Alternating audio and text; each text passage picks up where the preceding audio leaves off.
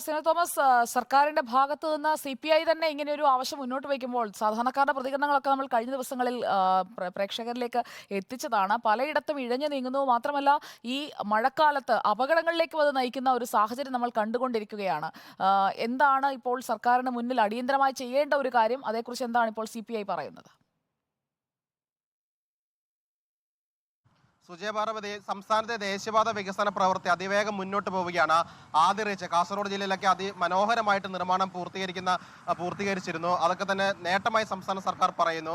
കഴിഞ്ഞ ജനുവരിയിലാണ് വകുപ്പ് മന്ത്രി മുഹമ്മദ് റിയാസ് കോഴിക്കോട്, മലപ്പുറം, തൃശൂർ ജില്ലകളിൽ നേരിട്ടെത്തി ഈ നിർമ്മാണ പുരോഗതി വിലയിരുത്തിയതാണ്.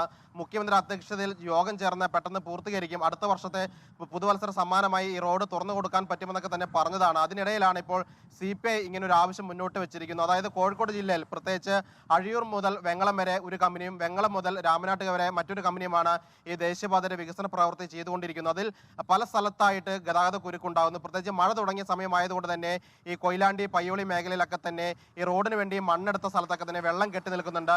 ഇന്ന് കാണുന്ന വഴിയിലൂടെയല്ല നാളെ വാഹനങ്ങൾ പോകുന്നത്. ഓരോ രാത്രി കഴിയുമ്പോഴും വാഹനങ്ങൾ വേർതിരിച്ച് വിടുന്നുണ്ട്. ആ കാര്യങ്ങളൊക്കെ തന്നെ ശ്രദ്ധ വേണം. പ്രത്യേകിച്ച് മഴക്കാലമായതുകൊണ്ട് വെള്ളം കെട്ടി നിന്ന് അപകടം ഉണ്ടാകാനുള്ള സാധ്യതയുണ്ട്.